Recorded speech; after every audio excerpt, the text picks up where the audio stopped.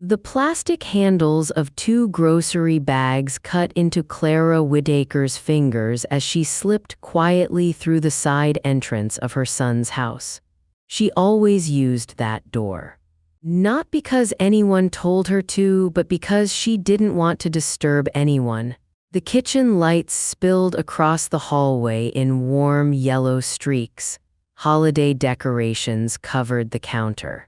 Somewhere inside, someone had lit a cinnamon candle. For a moment it felt like home, then she heard voices. "Just leave the kids with her upstairs," her son Grant said casually. Clara paused. Maybe she heard wrong, then Paige laughed. It was the polite kind of laugh people use when they agree but want to pretend they're being nice. "She already paid for the food anyway," Paige said. "Watching the kids is the least she can do." Clara froze. In her hand was the catering receipt.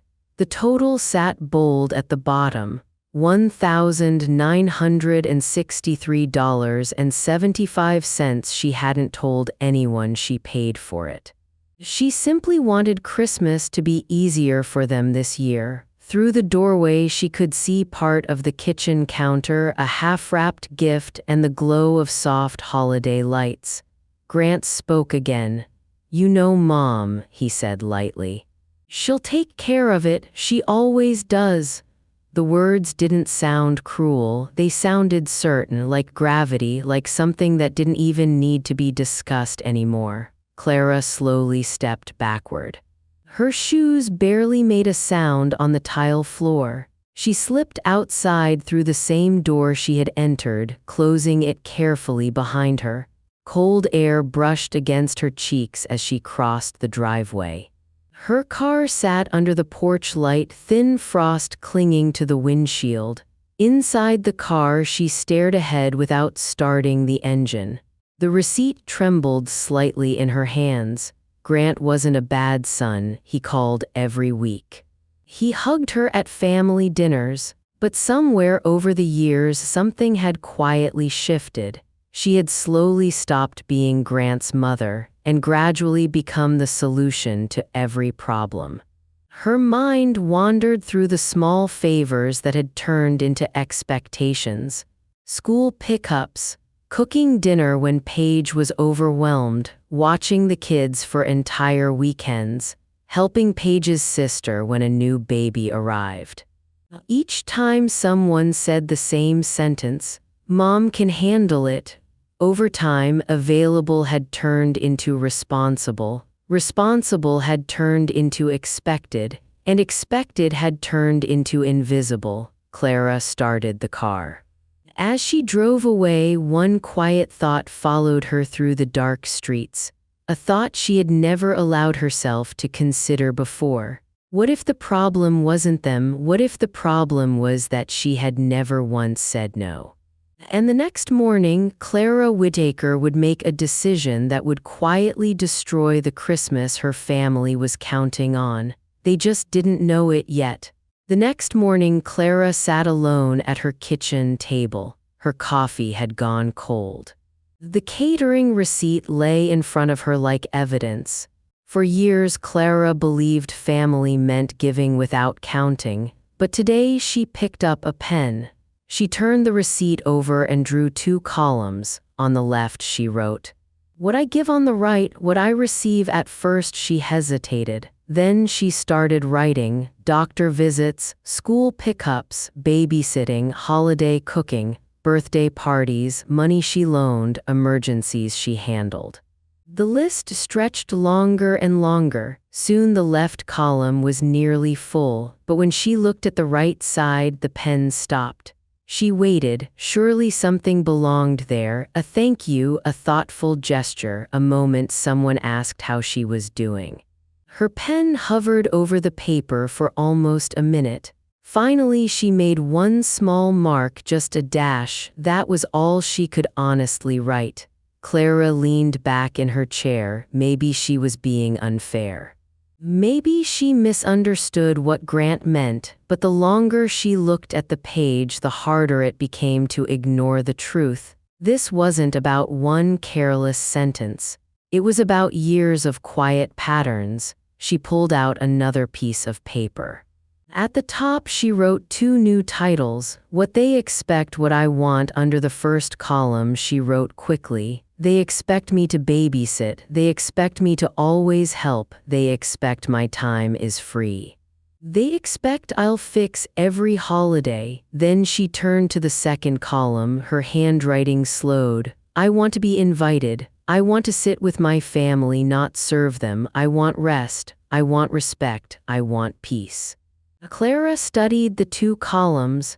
The truth felt simple, painfully simple. People rarely notice boundaries that were never spoken. For years, she had waited for someone to see how exhausted she was, but she had trained them not to notice.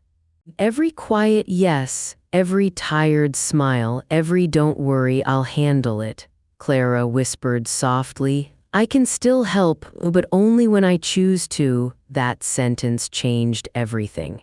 Because later that morning she picked up the phone and dialed the catering company. And with one calm request, she quietly erased the Christmas her family thought she would build for them.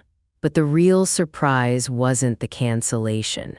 The real surprise would come when they discovered why. The catering company answered on the 3rd ring. A cheerful woman greeted her. Whitaker Christmas order for December 25th. How can I help?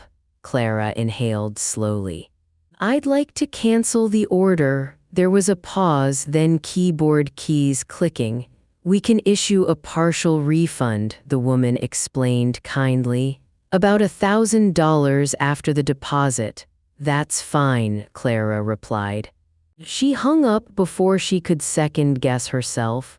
For several seconds she simply sat there. Nothing dramatic happened. The sky didn't darken, the house didn't shake, but something inside her loosened.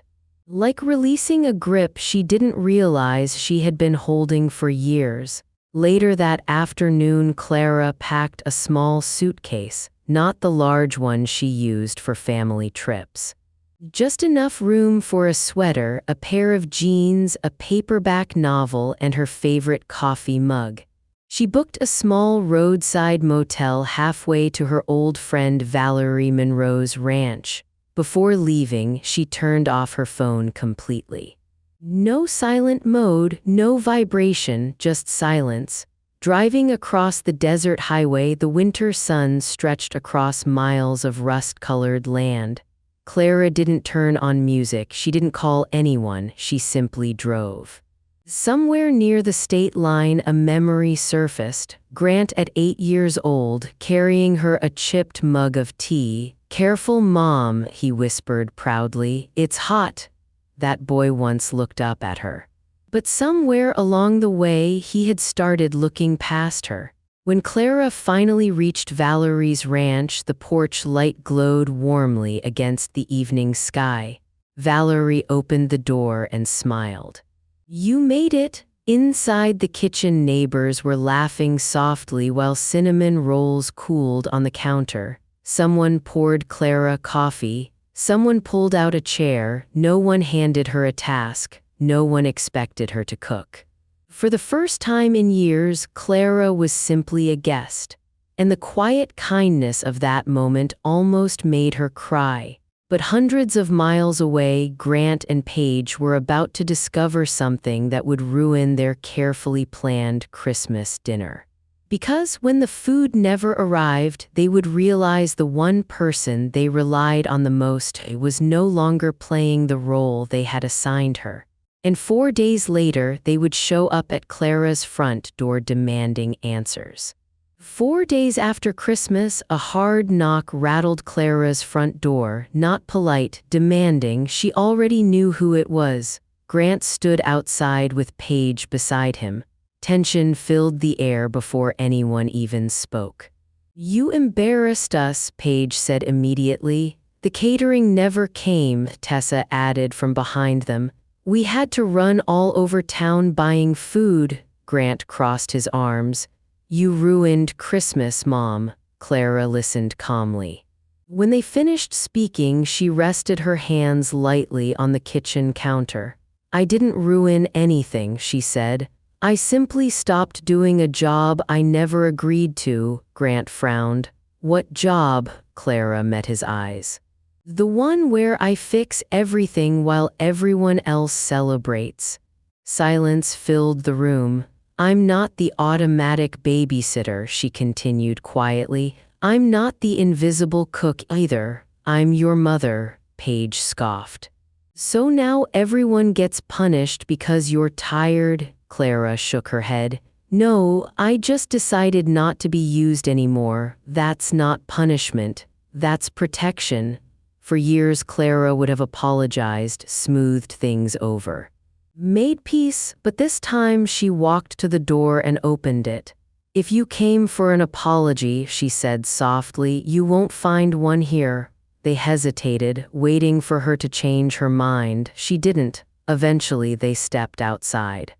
Clara closed the door gently, the lock clicked, and the silence that followed felt different. Not lonely, peaceful. 2 months later, Clara spent her Saturdays reading at the library and her Thursdays volunteering at a small clinic. Her phone rang only a few times. Grant called twice, both times late at night. No message, just missed calls. One morning in February, she sat by the kitchen window writing in a notebook. "Love needs boundaries. Without them, kindness becomes invisible work." Her phone buzzed once on the counter, a message from Grant. "Hope you're doing okay." Clara looked at the text, then set the phone down. She didn't reply, but she smiled softly. Because she had finally learned something many people never do. Sometimes the most powerful revenge is simply choosing peace. But months later, when Grant finally understood what he had lost, something unexpected happened. And that part of Clara's story is something very few people saw coming.